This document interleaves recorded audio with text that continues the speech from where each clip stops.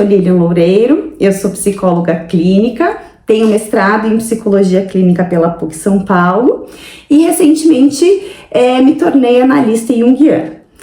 Além disso, eu tive uma trajetória no mundo corporativo, eu atuei um tempo com consultoria e com coaching.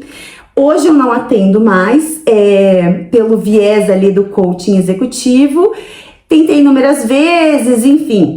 Hoje o meu foco é justamente assim a psicologia, psicólogos, estudantes de psicologia que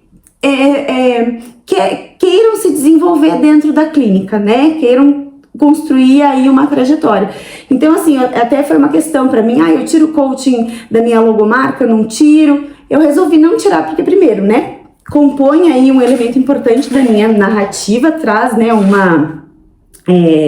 uma bagagem, uma experiência, e hoje ela só não está voltada para esse coaching desse mundo corporativo executivo, mas está mais voltado para a psicologia.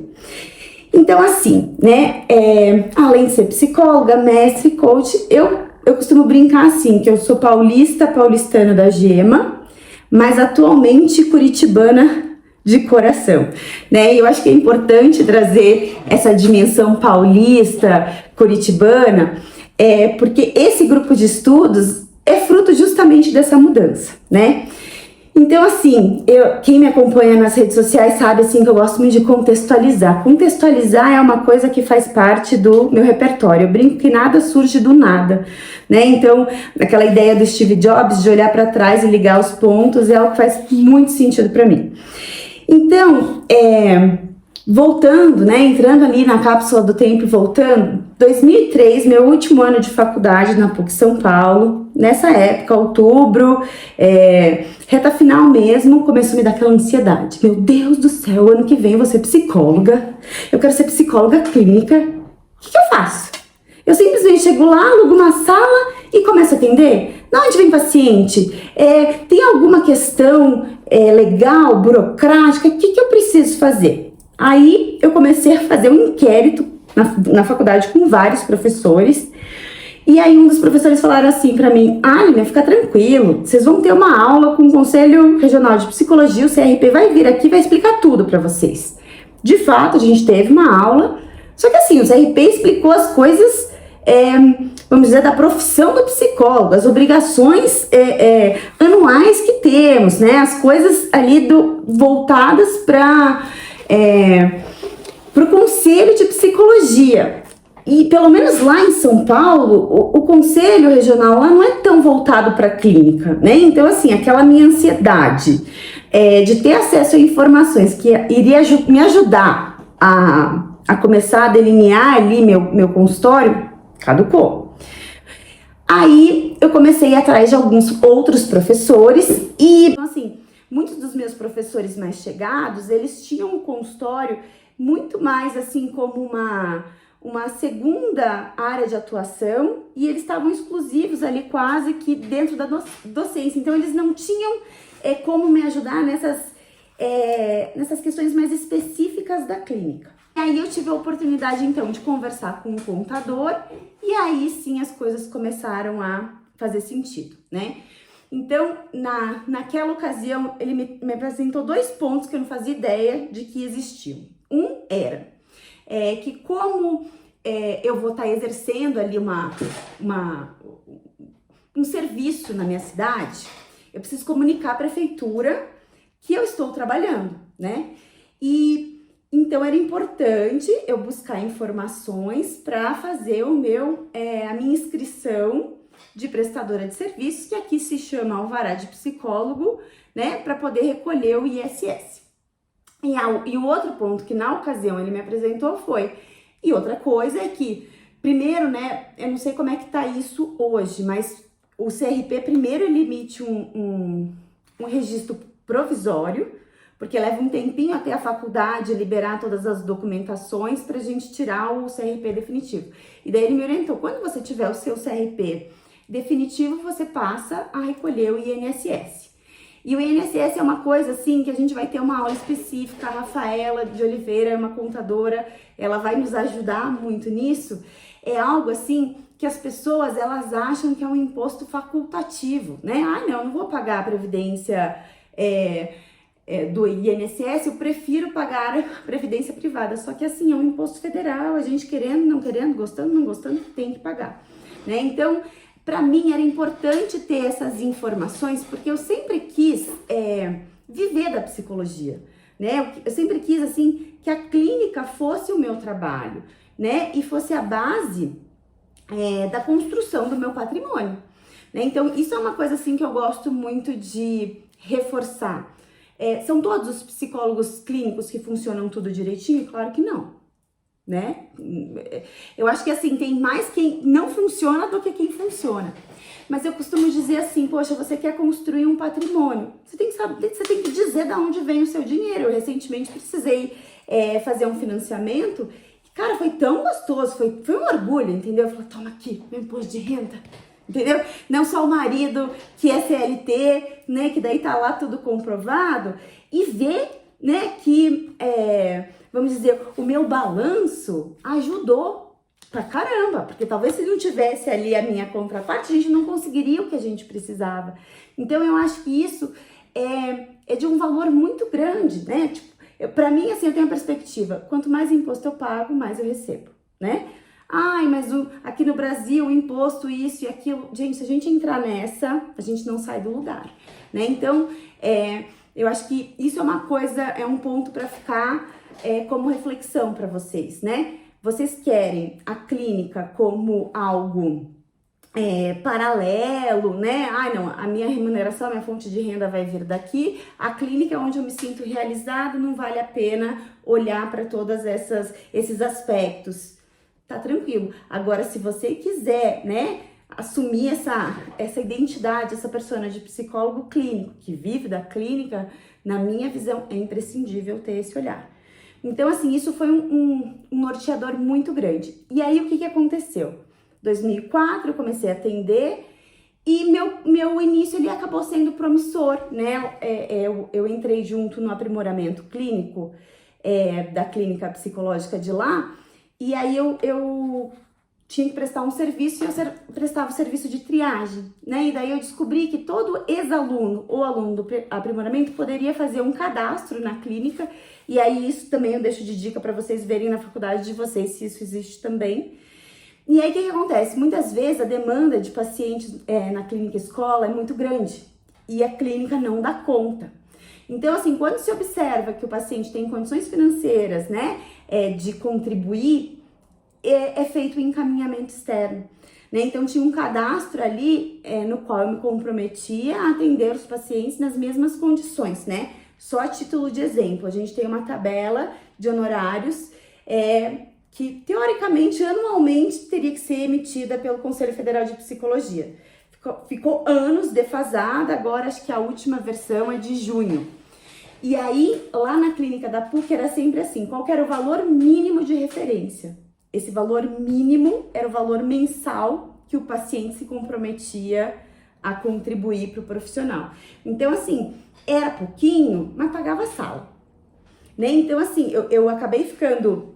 E também o encaminhamento era muito relacionado com a localização, né? Porque era a ideia de facilitar o acesso. A pessoa está procurando um cuidado para a saúde mental. Se começar a entrar muitos dificultadores, né, de acesso, de ônibus, de condução, às vezes a chance dessa pessoa engajar é muito pequena. E aí o meu consultório ficava numa região que não tinha outros profissionais. Então, quem podia pagar e precisava daquela região, começou a ir para o meu consultório. E aí, no meu último ano da faculdade, eu fiz o núcleo de psicologia analítica e a gente tinha 5 disciplinas de psicologia analítica. Eu nunca vi isso, sim. Eu juro que eu queria ver outra faculdade que não a PUC que promovesse, assim, porque foi uma experiência incrível. Eu tinha uma disciplina específica que era a reflexão sobre a atuação do psicólogo junguiano. Então, em cada semestre, a professora ela convidava um psicólogo que estava no mercado clínico há pouco tempo para contar para os estudantes como é que era essa trajetória, né? Então, assim, você pensa, a gente está ali sedento para falar, meu Deus, como é que é? E aí, depois que eu me formei, as psicólogas que faziam, né, essa tarefa começaram a ficar muito distantes, elas já tinham 8 anos de formado.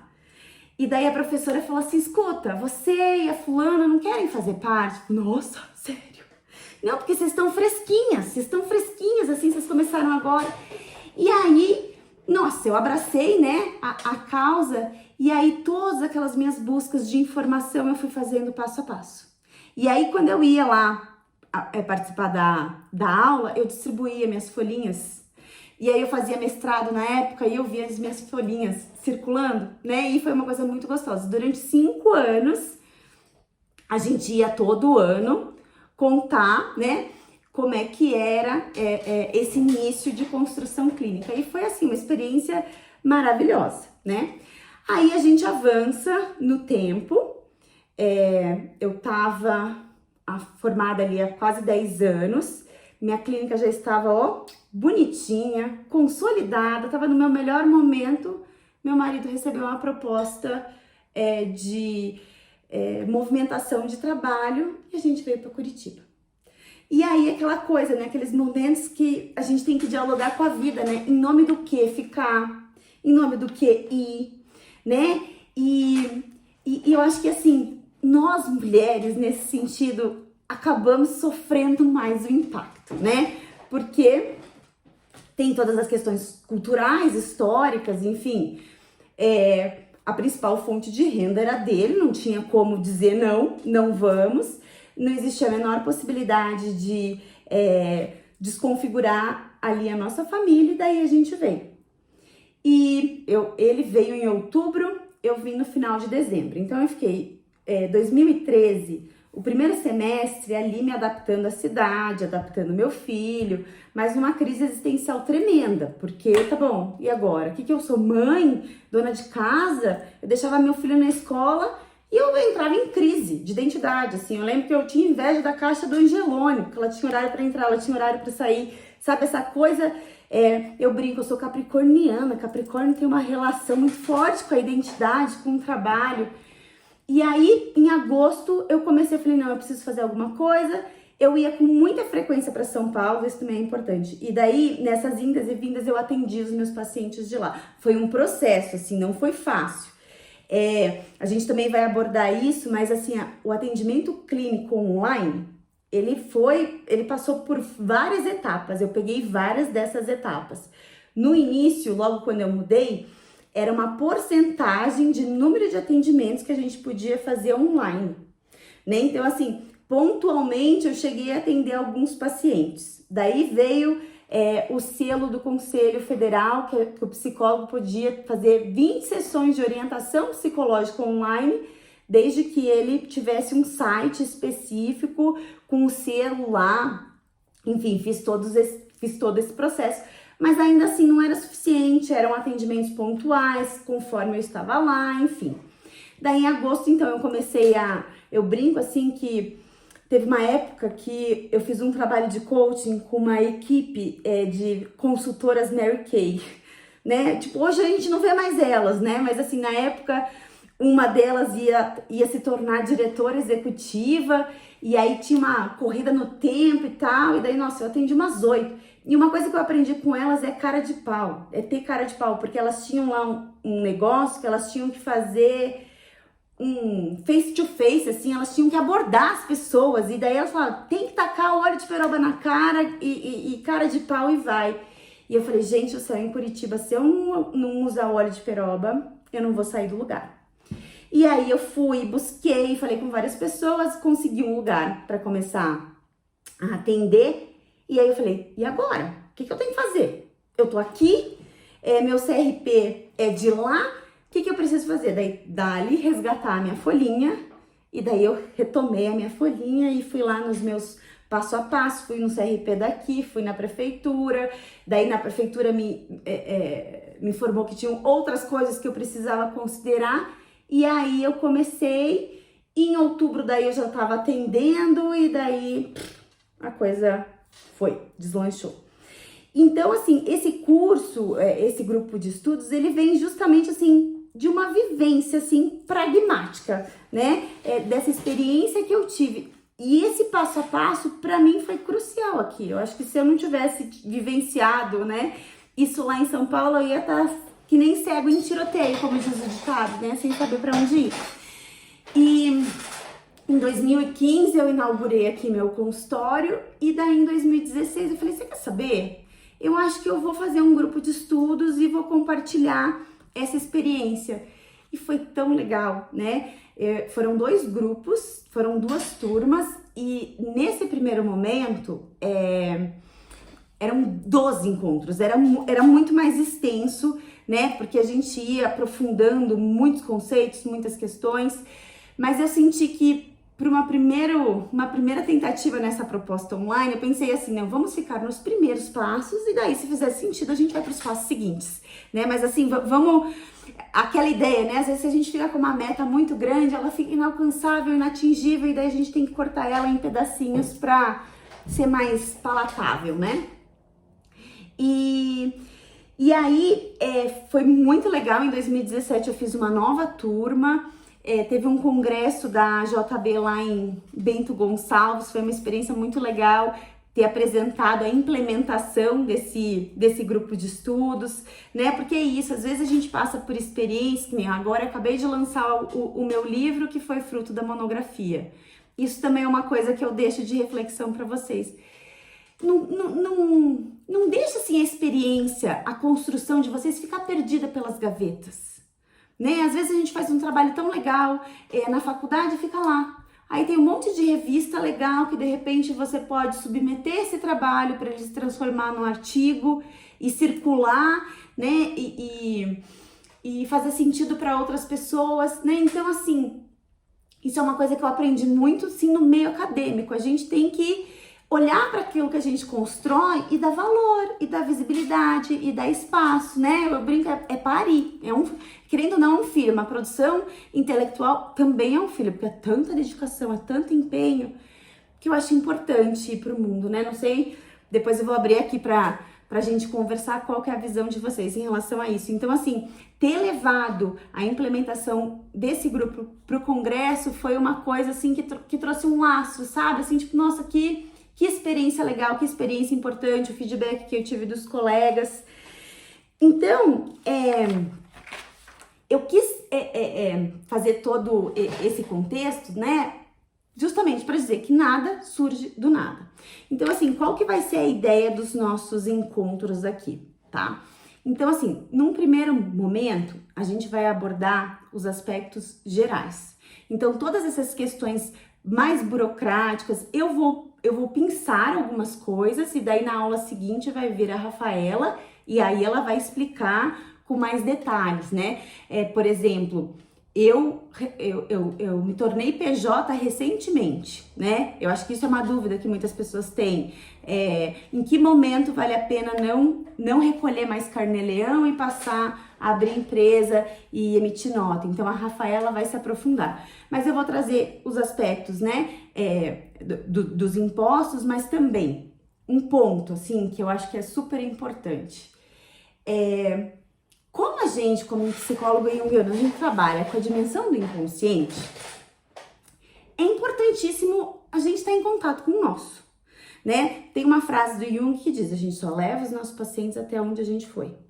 Então, assim, é muito importante, né? Também não sei qual que é a disponibilidade de vocês, mas pensarem assim, que se trabalhar, se conhecer, né? Olhar para o seu mundo interno, olhar para os seus sonhos, é quase que uma condição para construir uma clínica junguiana estruturada e bem-sucedida, né? Porque assim, eu já dei supervisão para pessoas que elas falavam, ai, pelo amor de Deus, que eu vou perguntar de sonho? E se o paciente contar o sonho, o que eu vou fazer? E como é que é? Você analisa sonho? Eu não faço terapia. Oi? Né? Então, assim, quando a gente entra nesse mundo do inconsciente coletivo, gente, a gente vai para cada lugar, na gente. E aí, de repente, o paciente vem lá com as imagens que a gente fala assim, eu aí, nem a pau. Aí você fica preso, o paciente fica preso também, né? E daí, assim, aí a sua clínica, ela roda, ela se torna sustentável? Claro que não, né? Eu fico pensando, assim, nesses cursos que focam muito em marketing. Uma pergunta que eu adoraria fazer para quem fez e falar, não, eu tenho uma clínica bem sucedida. Ela é sustentável? O paciente vincula? Quanto tempo ele fica no processo? Né? Ele te procura pelo marketing que você faz ou pelo trabalho que você entrega? Porque às vezes a gente fica tanto na perfumaria, né? Ai, no site, no Instagram. Nossa, tem uns Instagrams assim, coisa mais linda, né? Mas e aí? Né? Então, assim, você tá mergulhada no seu mundo interno, eu acho que vai fazer muito mais sentido do que o seu post tá combinandinho, né? O seu feed ali. Uma vez uma pessoa falou assim, não, você sabia que tem um aplicativo que organiza o seu feed e fica tudo... Nossa, que bom que tem essas coisas para facilitar, mas não é só isso. Dentro da clínica junguiana é psicologia profunda. O foco é muito mais no profundo do que na aparência. A aparência agrega valor? É claro que agrega, né? Eu vejo, às vezes chega paciente aqui e fala, fulano me indicou você e tal pessoa, mas assim, eu procurei as pessoas e eu não achei nada delas. Daí eu achei você, eu achei seu site, eu vi seu Instagram, aí eu falei, eu fui com a cara da Lilian, e daí veio. Então assim, eu vejo que as redes sociais, o site, essa coisa da aparência ajuda, mas assim, só ela, eu tenho as minhas dúvidas. Tem gente que tem visão diferente, tá? Mas, enfim, importante frisar é que eu vejo que tem muitos cursos aí no mercado que propõem, né? Agenda cheia, fature 10 mil num mês, perfil de paciente X, perfil de paciente Y. Uma coisa que eu acho muito importante da gente deixar claro aqui é que a proposta do grupo de estudos é a gente ter um olhar assim para a construção da singularidade de vocês. O Jung tem uma frase muito famosa que diz que o sapato que serve em um não serve em outro, né? Então, quando eu desenvolvi, né, essa proposta, foi muito no sentido assim de ser um norteador, mostrar quais os passos que eu dei para chegar onde eu estou hoje. Então esses passos, eles são um norte, eles não são uma receita de bolo, né? Então assim, é como se os passos forem, vamos fazer um bolo. O meu bolo é de chocolate, o seu bolo é de cenoura, o outro bolo é de laranja, o outro bolo é formigueiro. Então assim, muito da equação pessoal de vocês, que é uma coisa que a gente vai bater muito nesse tema aqui, tem que ficar claro para a construção desses passos. Tem gente que anda mais devagar, tem gente que corre, né? Então, tem que ficar isso muito claro. Eu vejo que um consultório de sucesso, um consultório que traz retorno financeiro é uma consequência, né? Se ele for objetivo e meta, junguianamente falando, pode dar muito ruim, tá?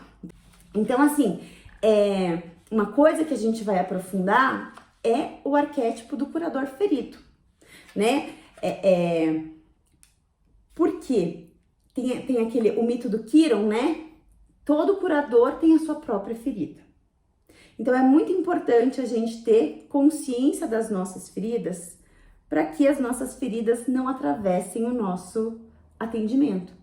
Porque assim, gente, eu lembro logo no meu começo, assim, que a Noeli, ela falava, a gente tem que estar só uma sessão à frente dos nossos pacientes. E daí eu tive uma paciente que eu tava lá na situação de separação dos meus pais, trabalhei aquela questão, tipo, de manhã na terapia. À tarde, adivinha qual questão que a paciente traz?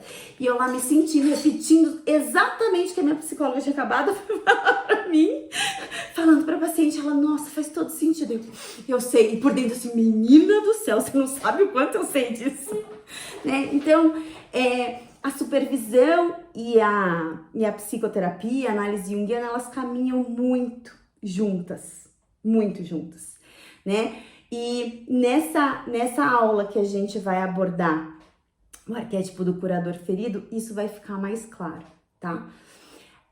Outros pontos, assim, que eu acho importante nesse primeiro momento da clínica junguiana apresentar para vocês.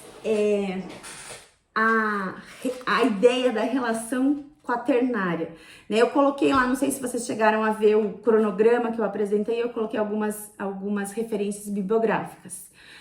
A principal delas, para mim, é o encontro analítico do Maria Jacob, Aquele livro foi quase uma bíblia iniciática de como começar o consultório, né? E eu acho que ele é muito didático e toda essa questão do arquétipo do curador ferido, ele trabalha ali num conceito que o Jung apresenta da relação quaternária. Então, tô eu e meu paciente, é como se nós fôssemos 4, porque é o meu consciente, o meu inconsciente, ou o consciente e o inconsciente do paciente. E aí rola vetor para tudo quanto é lado, né? Então daí eu volto. Por que que é importante fazer terapia? Porque se o seu vetor consciente e inconsciente não estiver bem alinhado, vai dar rebu. Vai dar, né? Essa é uma vicissitude, assim, uma peculiaridade muito característica da clínica junguiana. A gente trabalha na ideia de campo, né? Não sou eu que falo tal coisa e eu, Lilian, meu ego, meu CPF que fez a pessoa tomar consciência. Foi o campo, né? Foi o encontro desses 4 que fizeram essa miscelânea e, né, favoreceu esse processo de tomada de consciência.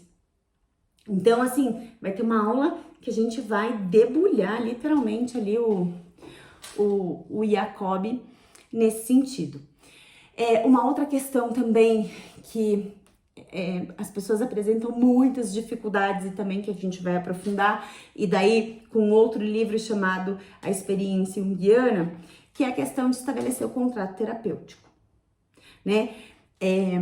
O James Hall, que é o autor desse livro, ele traz a ideia de T-.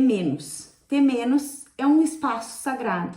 Então, assim, a ideia de estabelecer um contrato tem lá a obrigação do CRP, inclusive atualmente a obrigação é que o contrato seja escrito. Mas eu sou old school, eu ainda estou no contrato verbal, né? Mas a orientação é que seja o contrato escrito. Mas assim, trabalhando com o inconsciente, eu não sei, eu ainda tô me havendo aí com essa questão.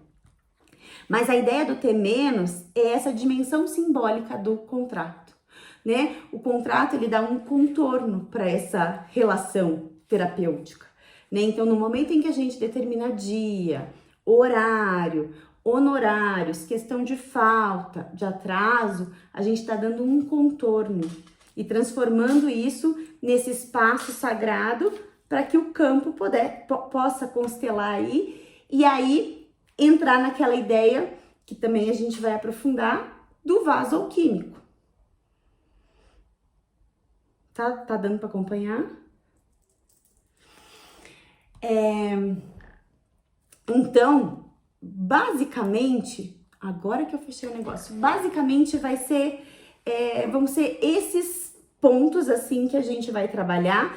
Vou dar uma passadinha na questão dos tipos psicológicos, mas assim, não dá pra gente aprofundar. E por que eu acho importante dar uma passadinha nos tipos psicológicos? Porque nesse rebu aí do campo do campo, do consciente, do inconsciente, o que acontece? Às vezes, o paciente que vem para você é sua tipologia oposta.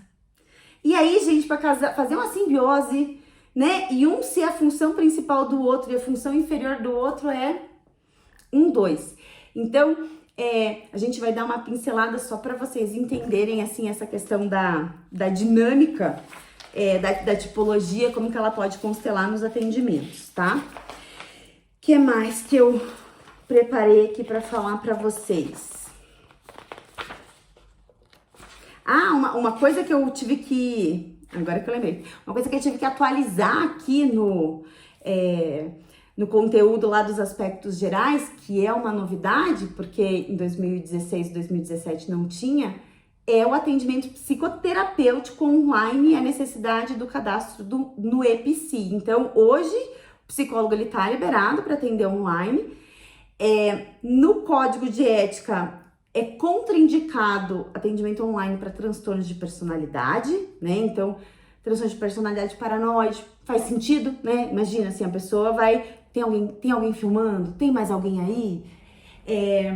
Borderline, esquizoide, porque a tela do computador pode trazer muitas fantasias, alimentar muitas fantasias e ela pode ser mais danosa do que promotora de tomada de consciência e foco em saúde mental. Então, também, daí algumas pessoas já sabem, mas eu também passo ali como é que é feito o cadastro no EPSI, tá? E agora, gente, eu vou abrir pra gente trocar uma ideia, para esclarecer as dúvidas, né? O que vocês têm aí a perguntar a respeito do grupo, ouvir um pouquinho a expectativa de vocês. Quem começa, querem escrever, fiquem à vontade.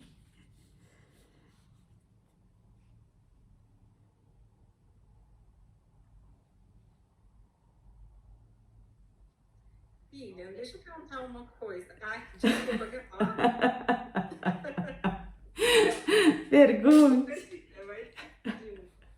Eu queria saber se vai ter algum material escrito também ou não. Fica só nesse formato mesmo. Não, eu tenho alguns fichamentos, assim, materiais, assim, que eu vou disponibilizar para vocês também. Mas, assim, quem não tiver os livros, eu também tenho escaneado os capítulos que a gente vai abordar, então eu também posso compartilhar esses capítulos. Mas daí, à medida em que a gente for avançando, eu vou disponibilizando lá na plataforma. Legal. Tá? Até um modelinho, nessa coisa, né, que eu falei de estabelecer o contrato terapêutico, quando a gente faz o cadastro lá no EPSI, a gente precisa colocar o contrato, né? Então eu falei para vocês, eu não faço contrato assinado, mas no EPSI a gente tem que colocar um modelo e daí assim, eu tenho ali o meu que eu coloco os pontos que eu considero importantes, daí eu vou compartilhar também com vocês pra gente construindo assim esse raciocínio do que é importante contemplar, tá? Não, eu ia falar que tava tudo tranquilo, acho que, né, tô acompanhando, tô assim, pra falar mais da minha expectativa, né? Eu acho que é conversar bastante sobre a psicologia analítica, né, na clínica mesmo, que ainda nas faculdades faltam, né, essa abordagem, assim, de uma maneira mais prática mesmo. Acho que essa é a minha expectativa. Tá.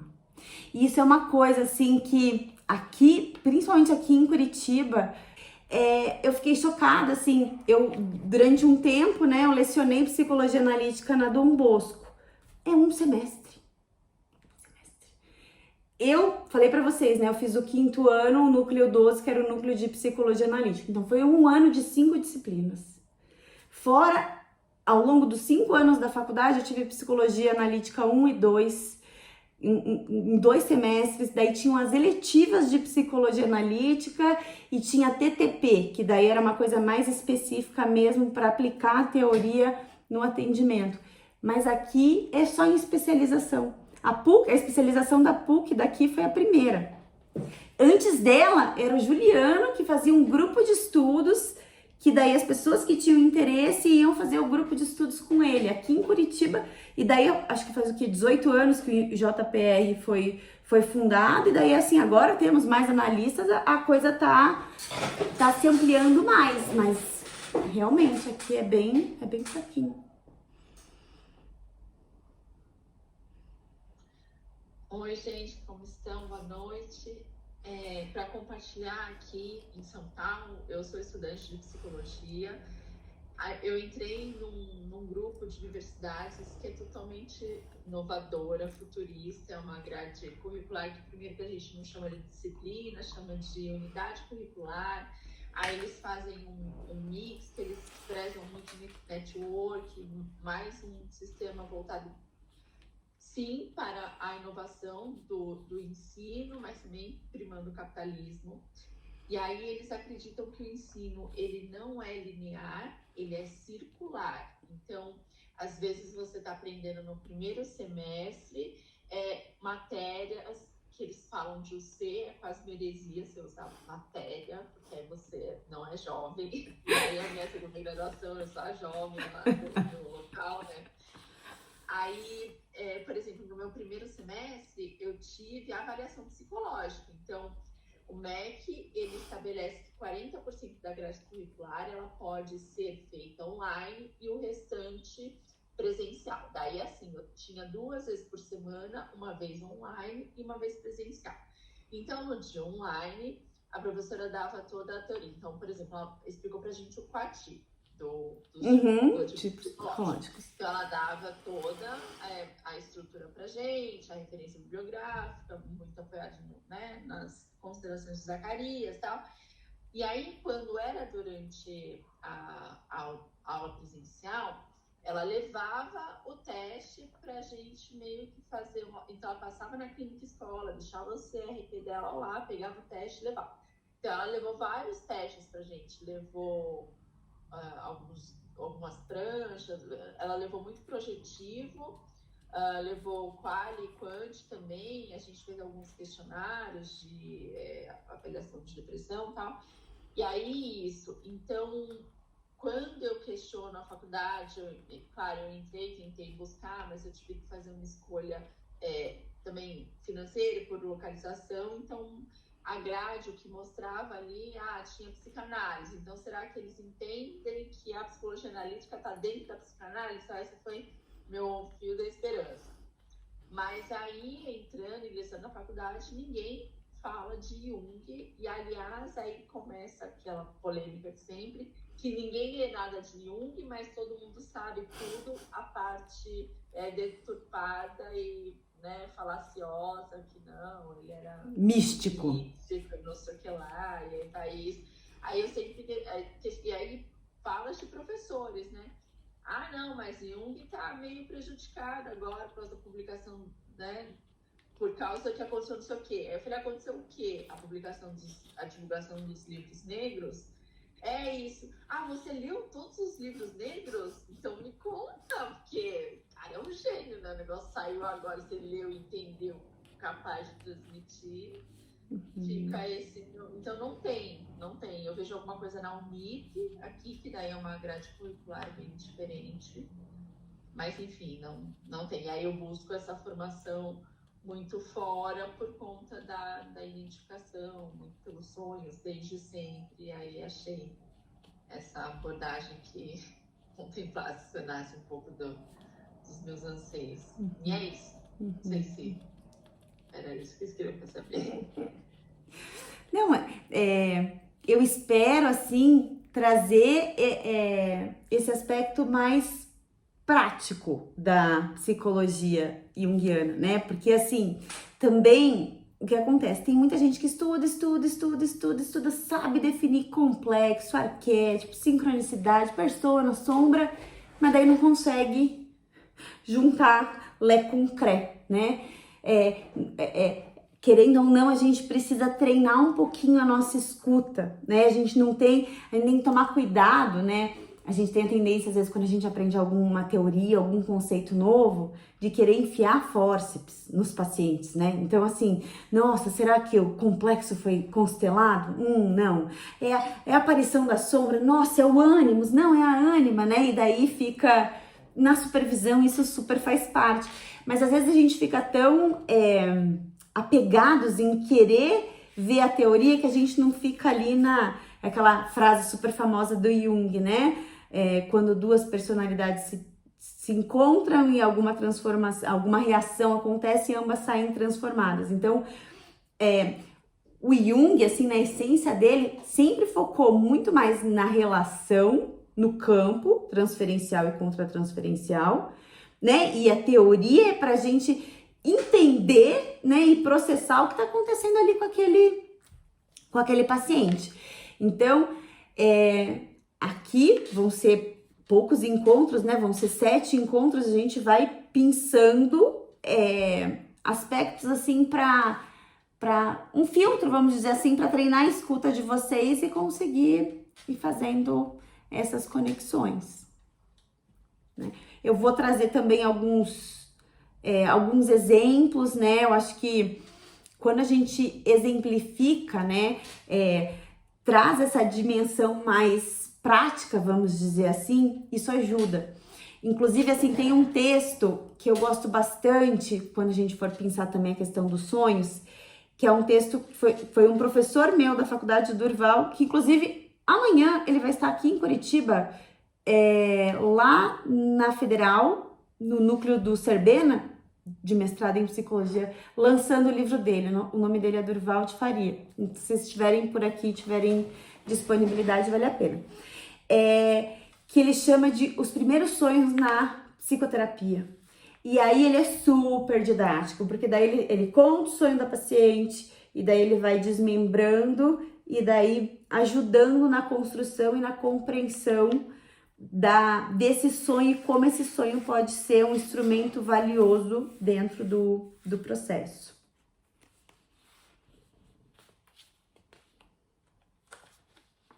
Mais alguma dúvida, gente? Quero ouvir vocês também.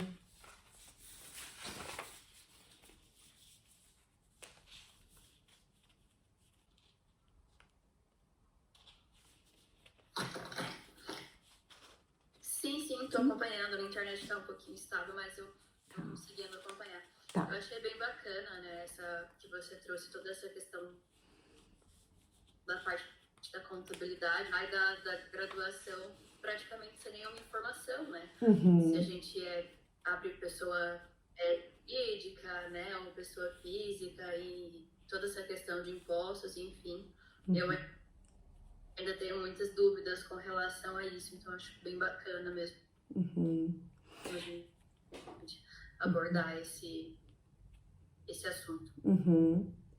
Mas assim, eu vejo que essa questão, gente, faculdade nenhuma dá. Se você conversar com advogado, com veterinário, com médico, com dentista, nenhuma. É uma pena, assim, eu vejo que agora tem algumas universidades, elas estão disponibilizando mais, assim, núcleos voltados para a carreira, né? Que daí, creio eu que vá um pouquinho mais para isso, mas eu acho que falta mesmo, porque daí fica a teoria e daí a prática, parece assim, fica um cânion e a gente tem que ir construindo uma ponte, né? Gente, do que eu tinha programado, assim, de apresentação a respeito dos nossos encontros, é isso, assim. Com relação aos conteúdos, como eu falei, né? A gente vai focar muito nessa questão do arquétipo do curador ferido, porque eu acho que aí é uma base muito importante, a construção do contrato terapêutico, essa passagem aí nos tipos psicológicos e também uma apresentação a respeito dos sonhos, né? Eu acho que aí a gente consegue ter uma visão dessas particularidades da clínica junguiana. Só que é uma construção, né, gente? Assim, também não vão sair daqui achando que vocês vão sair interpretando sonhos, entendendo, identificando todas as transferências e contra-transferências. Daí vem o labor ali, né, do processo pessoal de vocês e das supervisões. Uma coisa, assim, que para quem tá iniciando, assim, que eu dou de dica e que eu acho muito legal, eu fiz bastante, tanto numa questão financeira, quanto na questão mesmo de... No começo a gente não tem muito paciente, é buscar supervisão em grupo. Eu até tentei fazer, mas não deu. Tem um colega que é analista, o Jason, ele é de Santa Catarina, ele tá com alguns grupos. Eu tava até com uma supervisionanda que tava muito aflita, e falava, gente, essa menina precisa ouvir outros colegas para ela ter referência de que ela não tá ruim, que nem ela acha que ela tá, né? Porque às vezes, querendo ou não, a gente se vê no olhar do outro, a gente se espelha no outro, às vezes a gente acha que tá num apocalipse, literalmente, e porque não tem essa troca e essa referência, né? Justamente como não são todas as faculdades, né, que dão espaço para psicologia analítica, às vezes no estágio da faculdade dificilmente vai ter supervisão em psicologia analítica, né? E a supervisão em grupo da faculdade é uma oportunidade que a gente tem para fazer essa troca e esse exercício, né? Então, fiquem de olho, sempre que eu souber também de colegas que deem supervisão em grupo, eu posso avisar vocês, porque é uma experiência muito grande. É muito interessante, gente, porque assim, tá bom, cada dia um traz um caso no grupo. Aí você tá ouvindo o caso do seu colega, e daí às vezes acontece do seu paciente ou chegar um paciente novo com uma questão muito parecida, aí você fala, gente, mas aquilo que o colega falou, que o supervisor, a discussão, você tá nutrido, você tá alimentado, a sua mochilinha do MacGyver, que nem eu brinco, ela tá abastecida. Então é uma experiência muito legal. E, Lilian, eu ia perguntar, você vai, eu não sei se isso já foi colocado ali no cronograma, eu acabei não olhando. Tá. Você vai indicar no decorrer leituras para serem realizadas? Ou já está lá? Então, as referências que a gente vai usar já estão lá. Daí eu vou apresentar, né, o conteúdo, e daí esse material que eu dividi com vocês, e daí assim, eu não quero exigir uma leitura prévia, mas é claro, quem quiser ler, fique à vontade. E o teu livro, ele, de certa forma, ele conta esse teu percurso, no caso. No caso, assim, quando chamado Bate a Porta, como a psicologia, ela se apresentou na minha vida, esse o relato, né? E especificamente a psicologia analítica. Eu brinco assim, eu sou uma pessoa assim que eu fui completamente monogâmica com a psicologia analítica. Eu nunca fiz terapia com nenhuma outra abordagem. E daí no livro eu falo, né, que a escolha da faculdade foi muito específica. Porque o que aconteceu? Só dando spoiler, eu tinha muito pesadelo quando era criança. Muito pesadelo, terríveis. E na adolescência, depois da separação dos meus pais, eles começaram a piorar e minha mãe ficou preocupada e me mandou para um psicólogo. E o psicólogo, eu achei ele meio esquisito, assim, só que ele era junguiano. E daí eu levava aqueles pesadelos horrorosos, e daí o cara tirava água de pedra. E eu falava, gente do céu, não é possível? Isso existe? Aí eu comecei a ficar apaixonada. Só que esse psicólogo, ele era neto do Sandor, né? Quem trouxe a psicologia analítica para o Brasil? Nise da Silveira e Peter Sandor. E aí o Sandor era da PUC, então assim, o cara colocou a psicologia analítica na PUC, então ele falava assim, você quer psicologia analítica? Você vai ter que fazer PUC. Entendeu? E aí, assim, eu fiquei obcecada, eu só queria PUC por conta disso. Legal.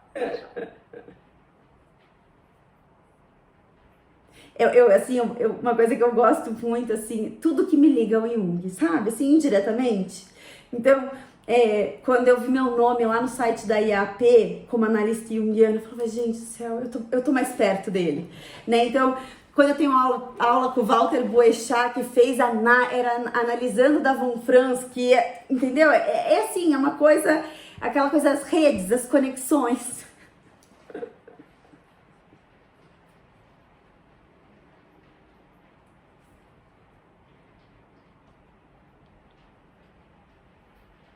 Mais alguma coisa que vocês queiram colocar?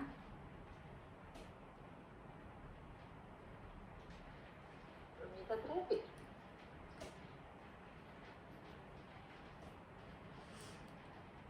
Tem algum ponto que vocês queiram que eu fale mais do que eu apresentei ou deu para dar uma noção geral?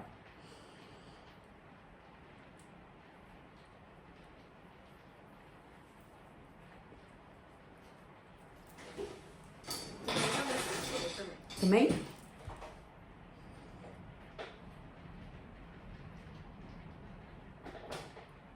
Também esclareceu bem a proposta do curso. Uhum. E assim, como eu sei que tem algumas de vocês ainda estão aí na graduação e precisam das horas, a plataforma Hotmart, ela oferece o certificado, né? Então, conforme vocês vão concluindo ali os conteúdos, vai aparecendo o concluído e daí no final a própria plataforma gera o certificado. Só que lá não vem discriminada a quantidade de horas, né? Então, o que eu vou fazer vai ser anexar uma declaração discriminando as horas, para daí vocês conseguirem computar aí. Não sei se precisa especificamente da quantidade de horas, mas como eu já recebi aí informação de que algumas faculdades pedem, eu vou fazer esse adicional, tá?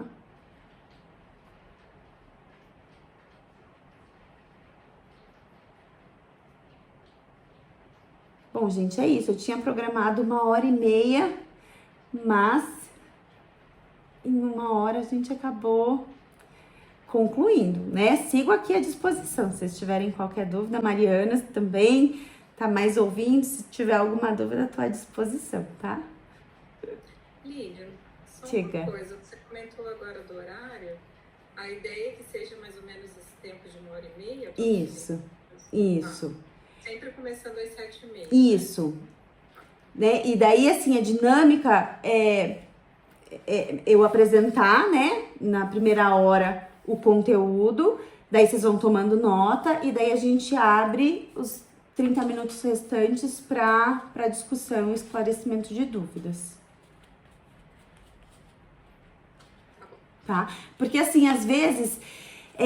quando a gente fica nessa coisa de, às vezes, vem uma dúvida de um conteúdo que ainda vai ser falado, né? Então, eu acho que dessa forma fica mais organizado.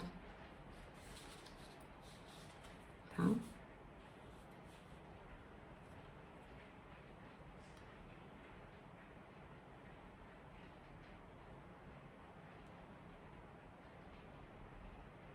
Então, é isso, gente. Vocês querem colocar mais alguma coisa?